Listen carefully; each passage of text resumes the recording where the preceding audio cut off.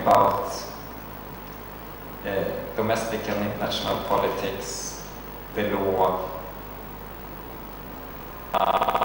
relationship between and the citizens.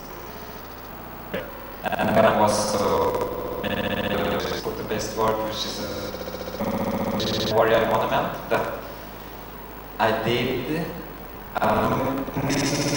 work together with them.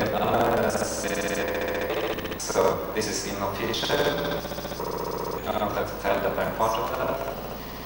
But I'm telling you now to explain. So in the middle of the night we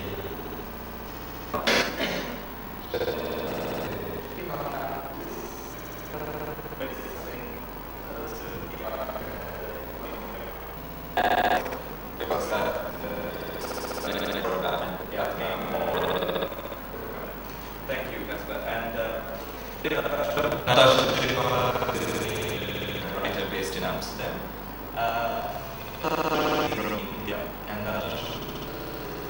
And the world. So much. It's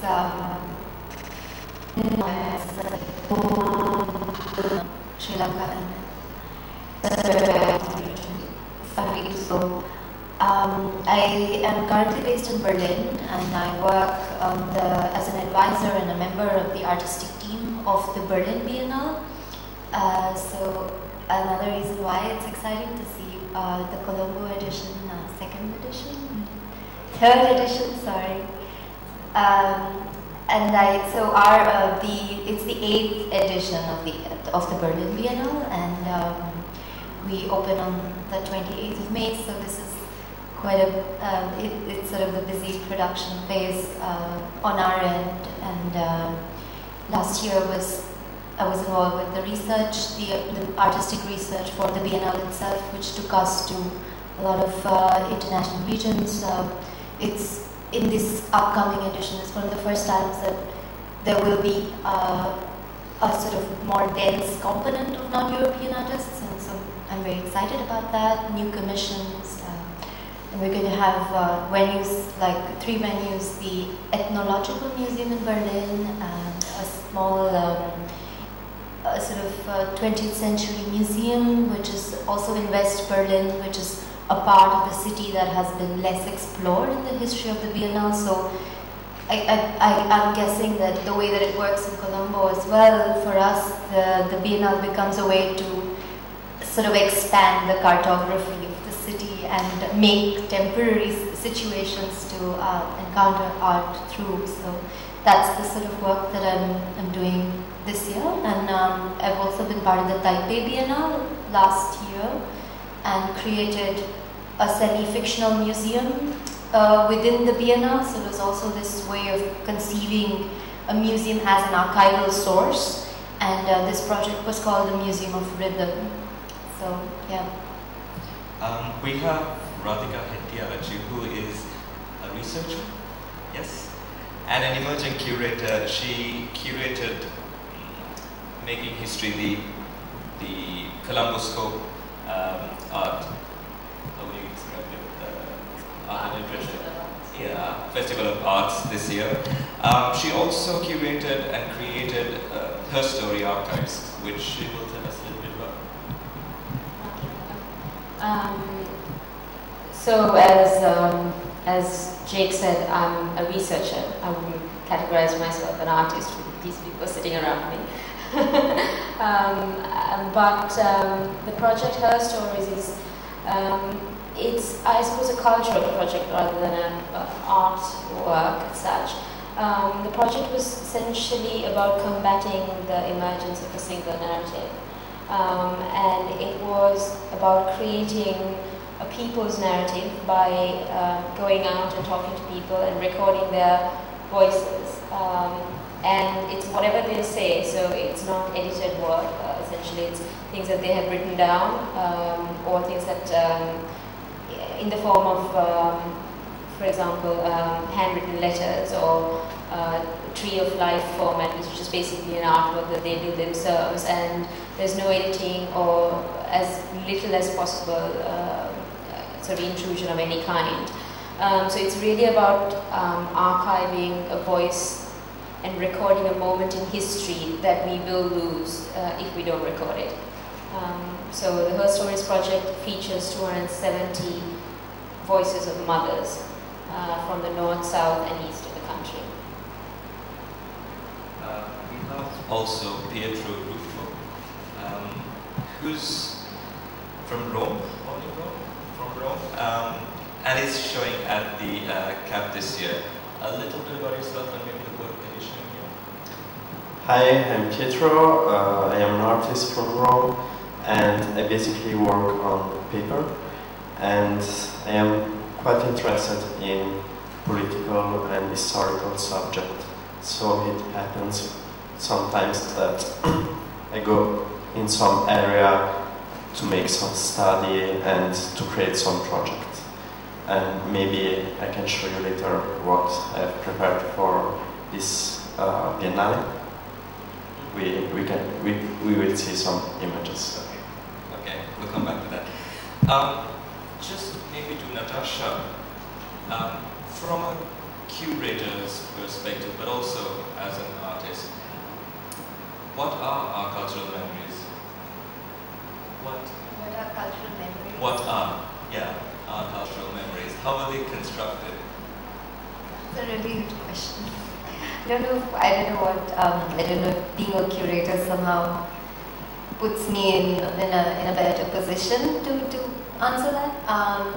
But I think the way that I might be able to make an argument for this question would be to consider how contemporary artists grapple with the notion of a cultural memory, let's say, because the fact that this panel itself is called Archive and Memory brings particularly this subject into view. The fact that for a contemporary artist, the discourse from which memory arises can also be an invented one, and necessarily one that is plural, like Radhika was saying, that the fact that there is an unstable mode of operation in the way that a contemporary artist witnesses cultural memory.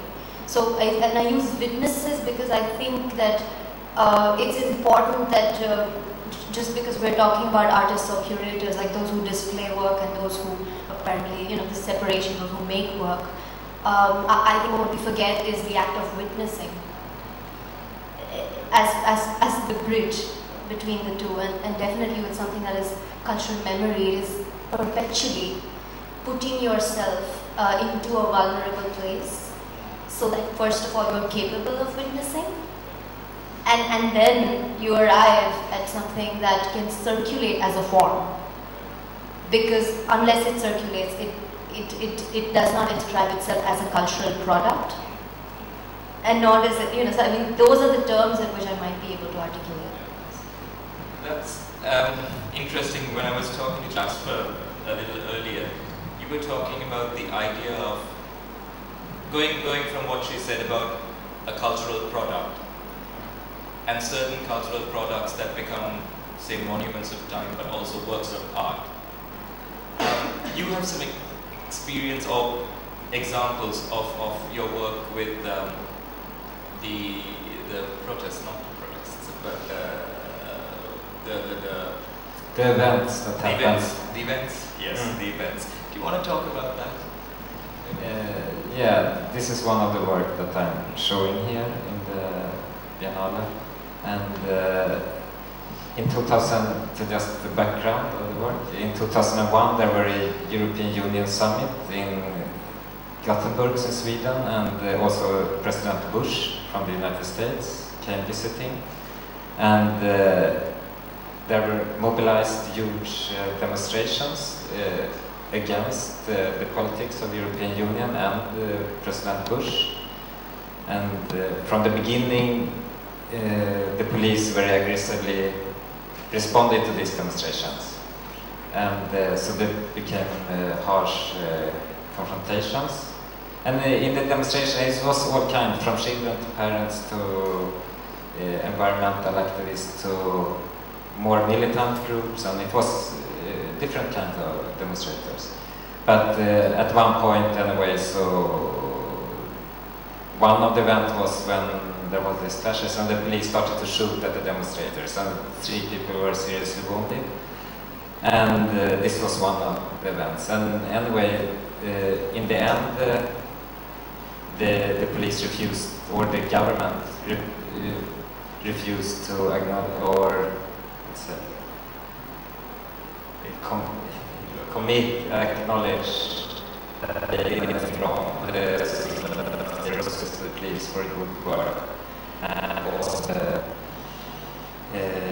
after then there became trial between the demonstrators and the police, and even the police were manipulating the evidence material. For example, the footage of the situation when one demonstrator threw a small stone to the police, and the police took out the gun and shot him in the back when he was running away. The police has put the imagery, and the sound was it's maybe something. But anyway, so it was an embedded element of demonstrators, but you have manipulated the material. And they said, yeah, we manipulated it, but this is how we felt about the situation. And this was several demonstrators were sent to prison for 5 years, up to 5 years, and all the police got free. So anyway, on the 10 years, then this was quieted out, or blacked out, or what you call it. And then on the 10 years anniversary of this event, me and a group of people, a poet and a teacher, decided to formulate this Ministry of Memory, because the government they won't acknowledge this, that there is a huge number of people that disagree with the government. And it's a history of the Swedish Social Democratic welfare state, where it was quite good relationship, and people trusted the politicians and the police, and it was people paid tax and they got good healthcare and schools and so on. But this was a very clear break in this history, the relationship between a lot of citizens and especially in our area. So this is why this event was important. So we decided to make this memorial of the event, because they are not visual in the public space or in the dominating stories. Well, tell me about the product. When you say you chose to memorialize that event 10 years later, how did that come about? What was the product? Yeah, what we made, we made in the middle of the night we pretended to make a film shooting in the Central Park in Gothenburg, and we dig down 300 kilo cement block and made this plaquette, which is with a quotation from a book talking about this event. And it's not specific, the plaquette text on the plaquette doesn't specifically talk about this event, but the feeling of being shot by when the police starting to shoot at the demonstrators. Where is this gonna end, in a way? So, and parallel to this, we also published texts that were in the newspaper talking about why we have to remember to be able to create another future, to make the history, and also why we have to raise our own monuments if the authorities don't listen. I'm just going to move slightly and talk about collective memory, and this is coming back to Radhika also. And when working on a project like her stories, there is the element in the creation of choosing to include or including a particular story, and in doing that there is also an elimination of sorts. And how do we as a society, as a community, as artists, as curators, find that idea, that element of inclusion, and then somehow censoring? How would you respond to that? I think it's obviously a very difficult thing to do when you're curating something, to have as much as you possibly can, because you start off from a point of view of wanting to include as much as you possibly can. In the context of her stories, I think we manage this process by opening it up to anyone who wants to share their story and using it as a platform. So anybody who wanted to share their story volunteered to be a part of the project, and then it was purely based on people who volunteered to share their story, and that was recorded in full. So in a way, the project tried to minimize that kind of authorial or editorial intrusion. But I would say when we did the exhibition, which drew from the 270 stories, to pick 60 stories that could be exhibited. At that point, yes, there had to be sort of very stringent sort of a framework from which we worked, and that was related to sort of similar stories. There are lots of similarities between stories, so we were trying to sort of, reduce that to something that was to the ones that, we reduced the similar ones, and then it was also then related to the way people told their stories and how if they were very good storytellers, natural storytellers, we included that because it was engaging.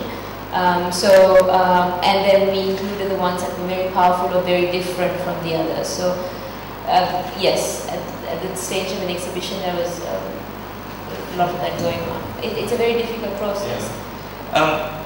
I know, and even in some of my own work, and we had this conversation today, how does one choose what to include in your own work and what to exclude? Just at this moment, I'm going to open it up for a few questions. If you have any questions to throw at the panel, just do it at any point or indicate to me, and I will. Is there a question? Anyone? No. Okay, I'm just going to go a little further. The political function of collective memory. We spoke about what our cultural memories are, and as artists, how we sort of choose to then memorialize certain events.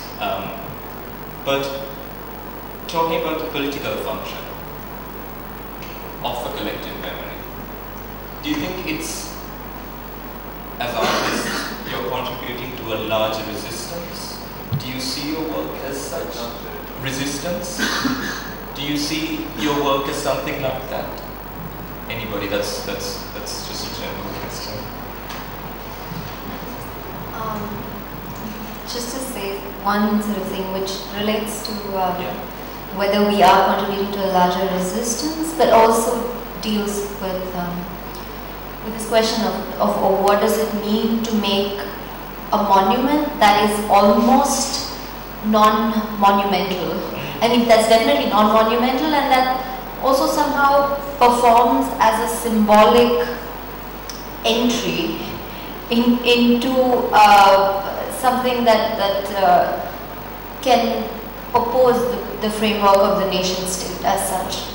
Because the thing is, at least in the way that I see the work of a lot of artists that I've been involved with closely, and also yours, if I may add that in to this response, it's sort of, I feel like even if we go into sort of some of the recent protests, whether it's in Turkey or whether it's been in Egypt, there have been spaces of resistance which are almost asserting a sort of empty, which are asserting a void, which are sort of asserting a stance of emptiness as a gaze.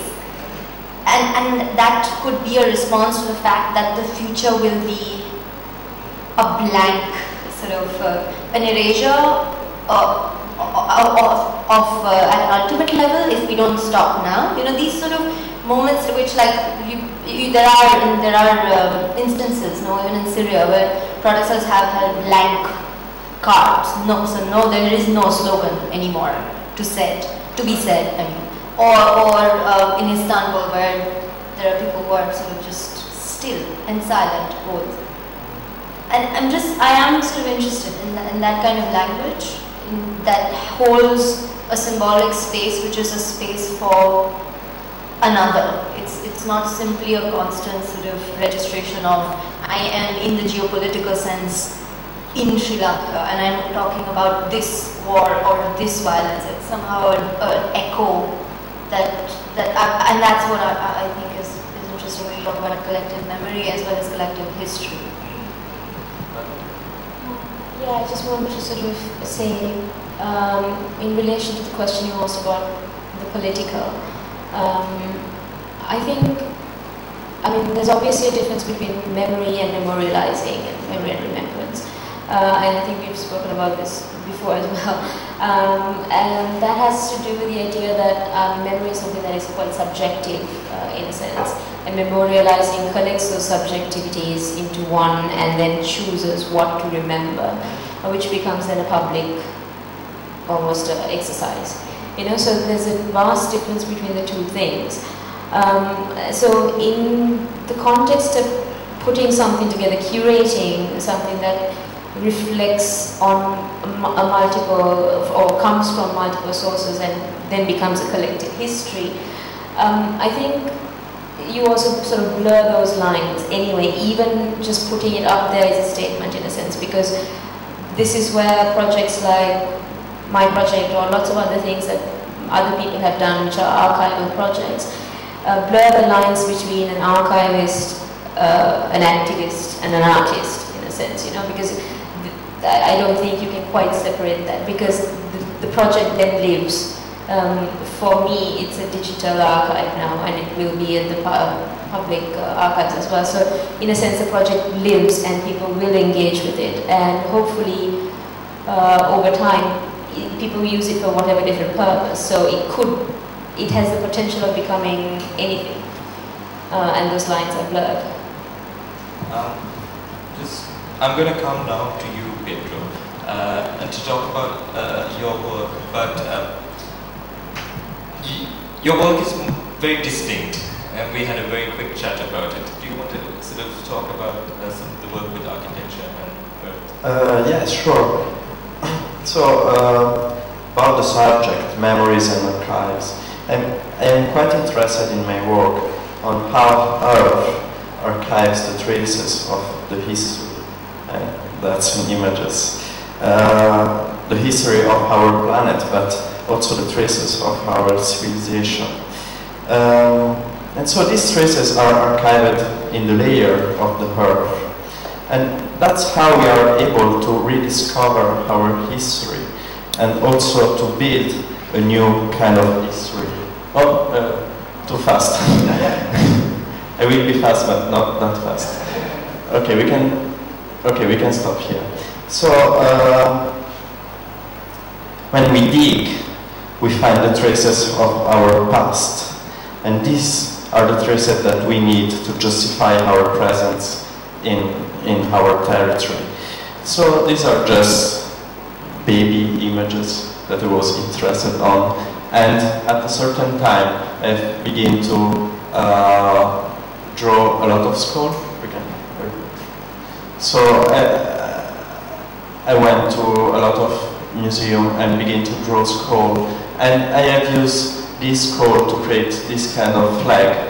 That's a flag of Lebanon. And I have used the skull of animals in two ways. In the first way, a form of aggression. You can see the skull with the teeth in evidence, so it is the idea of aggression. In another way, as images that we've seen before, the skull represents a form of layering of a population in his territory. So the idea of these flags is to represent population who are really layered in the history of their territory, but who need to fight to stay in the territory where they are layered. So it's a sort of idea of self-defense. So it could be a self-defense from nations who are just near to you, or it could be a self-defense from your own governor. We can go ahead. That's Iran. Let's go ahead. Israel, Syria. That's a show that I've done with some of this flag. You can go ahead. That's me in this show. And okay, we can just stop. I was also quite interested in how different countries use the word self-defense. So when you think about Mediterranean country, the word self-defense comes immediately in your mind. It's every day it's about self-defense. But also other countries use the word self-defense, maybe to make action far away from the borderline. So it's for this that I've done also other nation flag, like UK flag. This we'll see after. And with the same idea of self-defense, I have done this work using this insect. And these insects have a particularity. They are like scarab, and in the Mediterranean country, they live part of the day under the sand to cover from the sun. Yes, from it. And so I have used this insect as a symbol of layering of the population of Israel in its territory, and cutting insect in Jewish prayer and covering tank with this prayer. So another time it's work about self-defense. That's a big tank, one size, with 2,000 of insects. So in one way there is this idea in how the population feel layered in his territory, and how they need to fight to stay in the territory where they feel layered during the history. So another time something about self-defense, and just at the end that's the work that is here at the Colombo Art Biennale. The technique is similar, and it's about treaties from 1947 to 2002 treaties done from the United States with the country of South America, and the name of the work it's Not in My Backyard, and the idea is how the United States have used this treaty to influence the political and social life of the country of South America. The last image, okay, that's the work that is here. Thank you, Pietro. We were discussing before about images and how certain events and memories are captured in images. Here we had the very sort of the armored car, and we have public art now in parks post-war in Sri Lanka, where the government has chosen to memorialize the victory with an armored car. And the idea of enemies and who the enemy is an interesting one. And I think sometimes when images are used, they can be co-opted also. Do you want to, with some of your work, Justin? I think when we were speaking before, it made me think about how Chantal Mouffe talked about hegemonic struggles, and that it's not between essential physical subject positions that are in antagonistic relationship, like the capitalists and the proletarians, for example. It's rather about to produce, it's a struggle about produce hegemonic discourses. And I also think, to get a little bit back to the previous question that is said about how the collective memory works politically, and I think the role of art in this. And I think one way art can work, it is like a critical discourse. If you think about critical, which I also mentioned yesterday, if one refers to Foucault, the relationship between the subject, the power, and the constructed truth, and how this is placed in history. And this doesn't also about imagery, how they produce cliché, they become cliché. And also Eyal Sivan writes in the book I give you, for example, how the whites know when the barbed wire represent Gulag, or the silent black and white movies, people running around with rifles represent the First World War, for example. And this is also my work here. The image with Nemanka Fernando, the interview, it's blackened out because it's always, it's complicated with representation, and I'm trying to think how this critical language can use this. But anyway, so and so I think art doesn't produce those, or are able to produce just criticality rather than it work critical, and it showed this relationship between subject power and truth, and how it's placed in history, and made the person actively take your own idea or tell your own idea.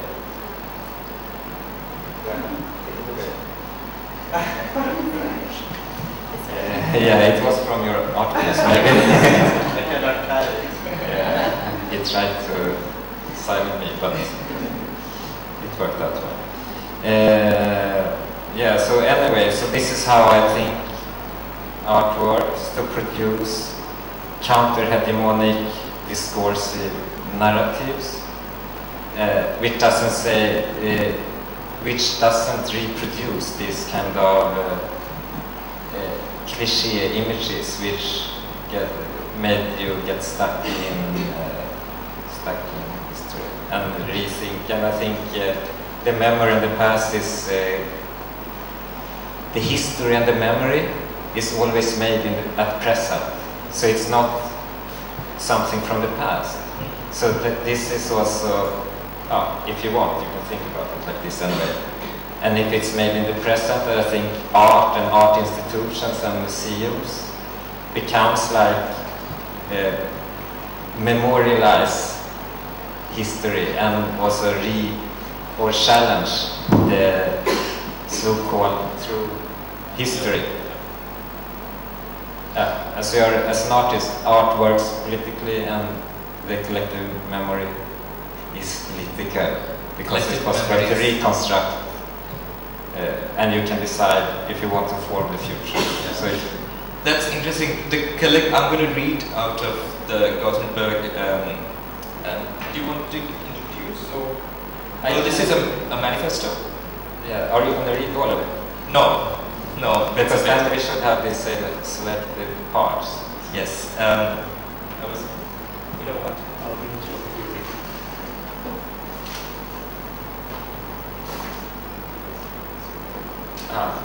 The first. No. The second. Yeah. Okay, so this text we published it was published in the newspaper in connection to the making of this memorial, and it was also read during the, opening of it. And to conclude it, I can read the introduction just to give the background. 10 years have passed since the days of the EU summit in Gothenburg, days that changed the lives of many people. On Wednesday, a memorial for these events was uncovered in Vasaparken, Gothenburg, Sweden. The group Minnesministeriet, Ministry of Memory, wrote the following text for the ceremony about the events in Gothenburg 2001. And then it is about memory and why it's important to more specifically about this event, but I will quote some sections that is more specifically connected to this talk. We know that if our past isn't included in the official writing of history, we have our own stories. If our future is not by official monuments, we must raise our own past.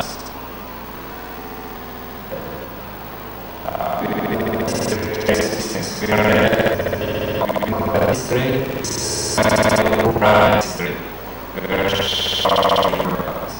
and a bit further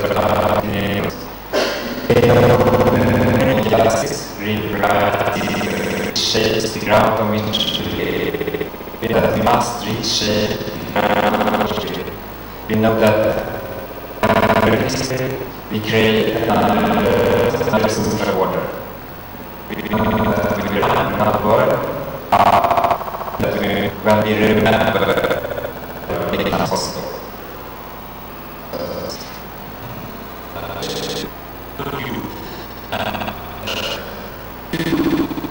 The archive. We spoke about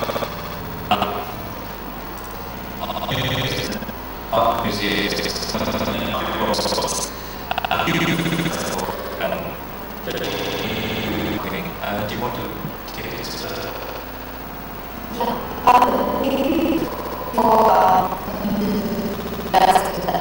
To just concept of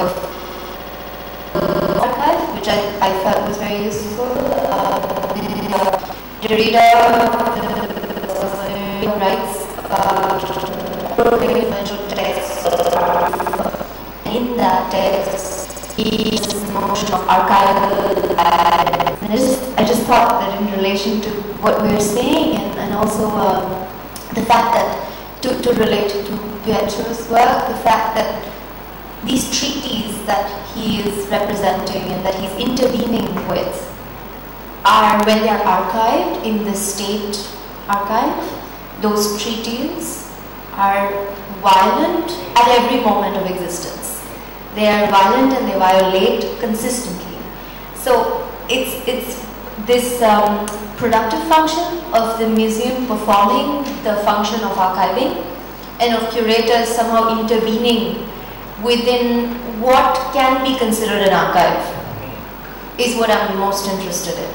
So as an example, actually I have a very quick example, which is work by an extremely important dancer and choreographer, an American dancer choreographer called Yvonne Rainer, and some of her work comes from conventions and drawing inspiration from Cage and Simone Forti and New York dancers and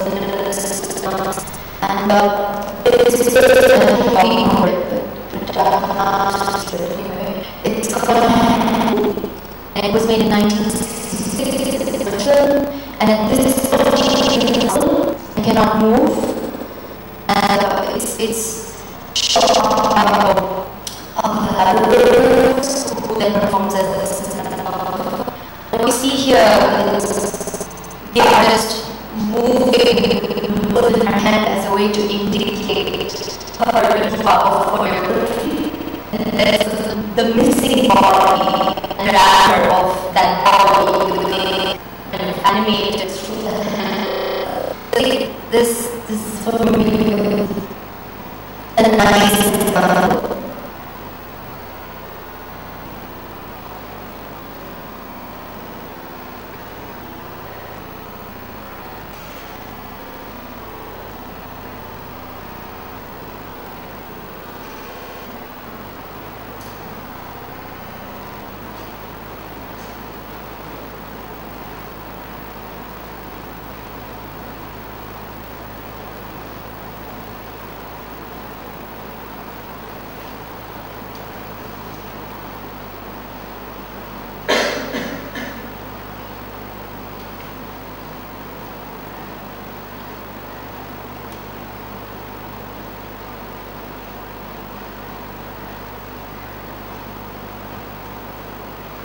I mean, it's very abstract and very subtle, and it sort of comes from the 60s. But so it's within that kind of vocabulary of work. But the fact that I like the idea of the body as an archive. Yeah, and the about archive the is, earth and architecture as an archive.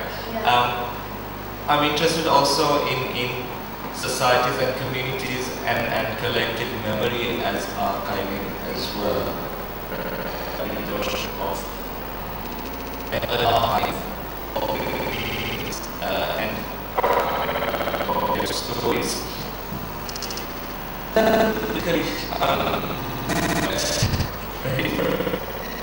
Is it not very conscious? And is it the authenticity of voices in history? No.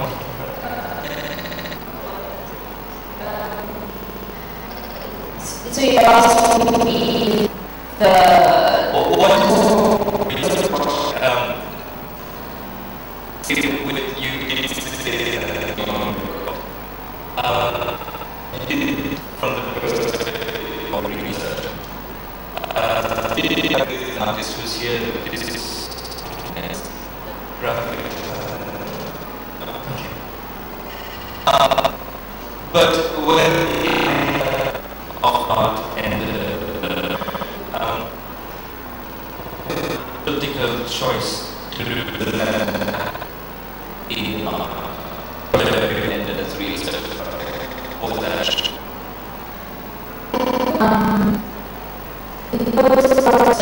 Hoping the idea surreptitiously wasn't a process in a sense. It was a stage I could express themselves using something, and then barriers. So it was one way they actually see the product done. And the bar represents the war. These are people that are important, and some people chose out or censor themselves. Option was given them. She decided to take the names.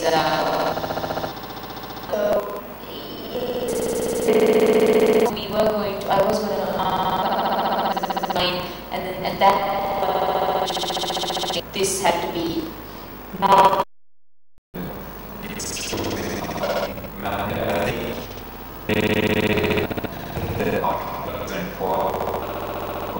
The stories brought in.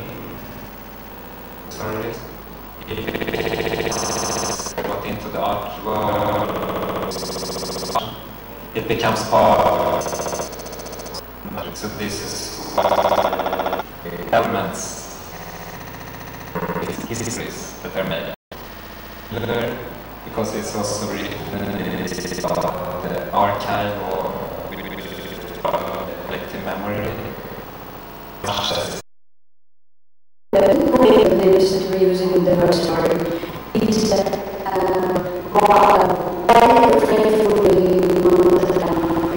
people writing the story or telling the story.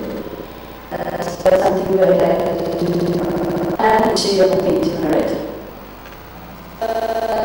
Tend to stories that we did say by Tamil stories we picked up graphic artists basically kind of an experiment as well, because and all of those figures seem the same. It's minimalist. The idea there was that we would take that emotion out, we'd make it everyman, so the stories look like they could happen to anybody, and they sort of cut across.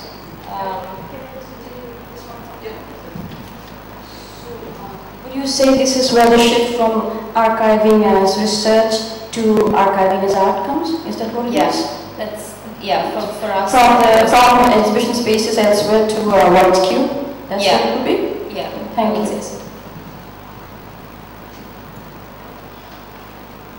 Yes, there's one at the back.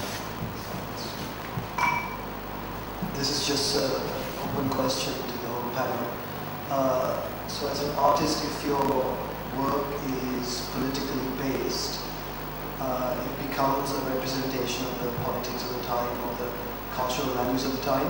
So I'm curious as to when you do a project, regardless of whether it has to do with the political situation in America or in Sri Lanka, or even if you're looking at cultural values or ideas that are prevalent throughout. Issues it addresses, and like how art works performatively, discursively, and I think it's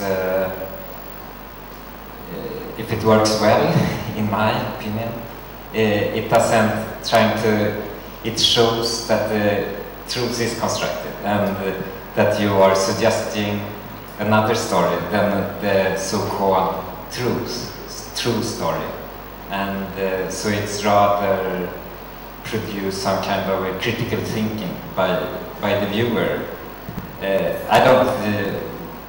It's fine with me if people don't agree with what comes out of my work, but I prefer that they are really upset.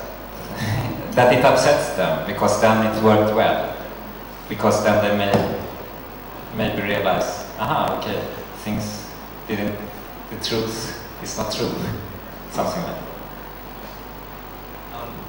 Does that answer your question partly, or give you something to think about? Yeah, it does. I think I was looking to understand whether, I think particularly if your work is political, I think it needs to necessarily be subversive. Be subversive or subjective? Sorry. Subversive. Okay. If you have an alternate version of history, I think if your work is political and you have an alternate version of history, it necessarily needs to be subversive.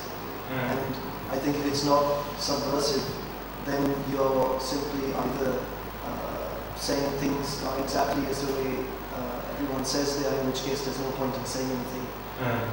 But the important thing, as you said, is the truth is subjective anyway. But your point of view will be biased, and personally, as a lay person, I would expect it to be, and I want to know what you think. And I would expect it to be something. So the notion of history or truth as a multiplicity of voices and sort of with our own work is how I feel my own work. I don't know if it resonates for any of you.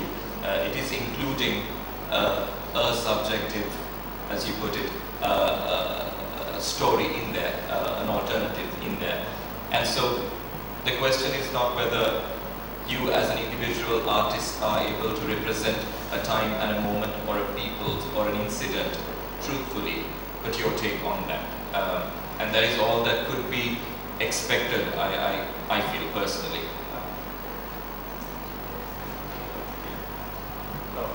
Very simple.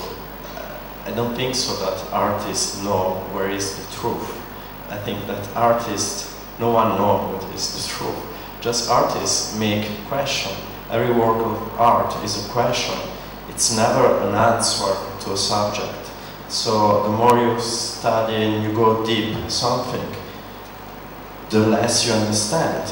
But you don't understand, but you know how to make question. And I think usually work of art are question. So people that see your work, and also you, looking at your own work, this make you think about the subject, and after everyone have his own truth about this subject.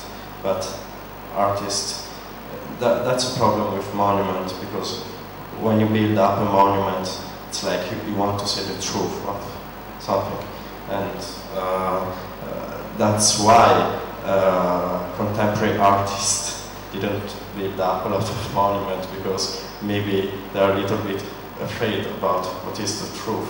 So usually we just make a question, or we can do a monument with a big question mark, but maybe it's not that interesting. I just want to say one quick thing, which was that when you talked about subversion, especially, rather than subjectivity, which is what you came to eventually, the fact is that art making has been a project of the state for as long as it has existed. So I think that's something to remember. The fact that across Eastern Europe, or whether we look at, whether we look at communist China, or almost every sort of civilizational and nation-state history, there have been artists who have promoted and been propaganda machines, right, for what the state vision is. And somehow the historical representation just somehow need to keep that in mind, I think, at all times. Just to sort of add, directly related to this project, I mean, this part of the project was really an exercise. It was actually a research project, yeah. So this happened differently, but when it moved from being a research, and obviously then the researcher becomes part of the story as well, and you try to keep your distance, but it becomes quite difficult and then it gets blurred. But when you move from that to being this graphic art project and you choose those images, I agree that there is a distance and there is a representation of what was represented before. But it's a conscious decision though, so I don't think it's an unconscious thing where you sort of, I consciously decided to represent that in a different format, and I understand that there is then a distance from truth, but that was a conscious choice of a truth. Yeah, that's true. Sorry, I have a comment as well. I'm just going to bring it back to the question that you asked, and also to Natasha's comment on that, which I find is really interesting, and to draw the attention of the audience also to another part of the camp, just because I'm a part of it, which is the catalogue.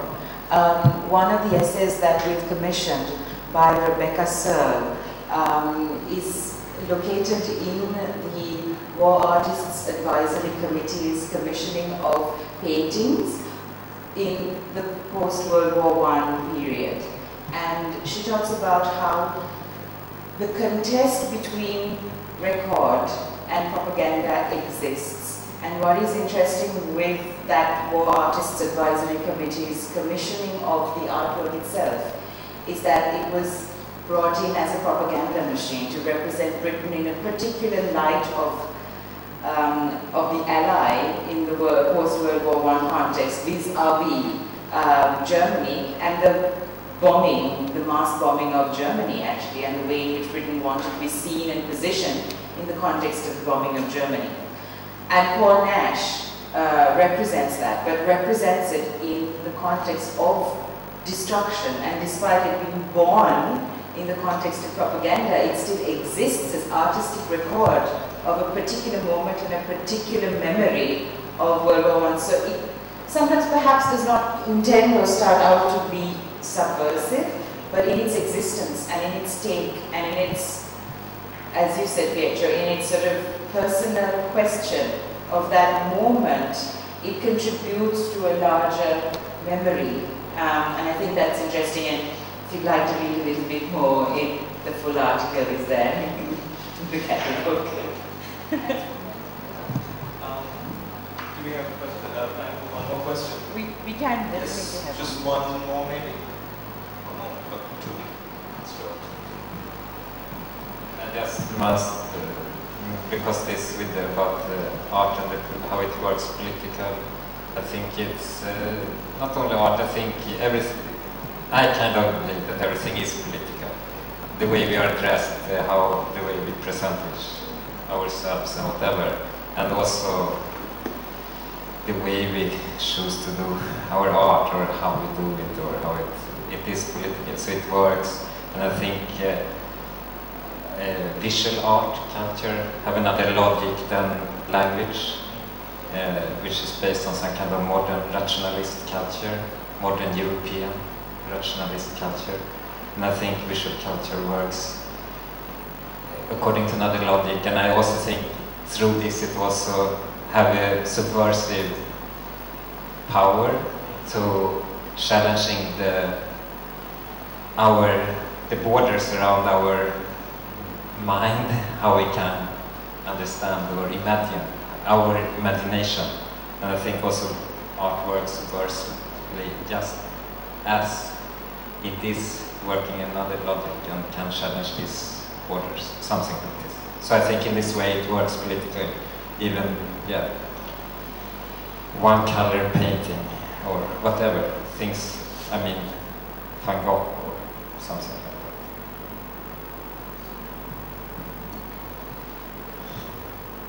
That's it. Thank you for coming, and thank you to our panelists for being so generous with your time. There are a few more artistic talks, and if you need more information, do speak to Ruhani, who's at the end there. But thank you very much for being here.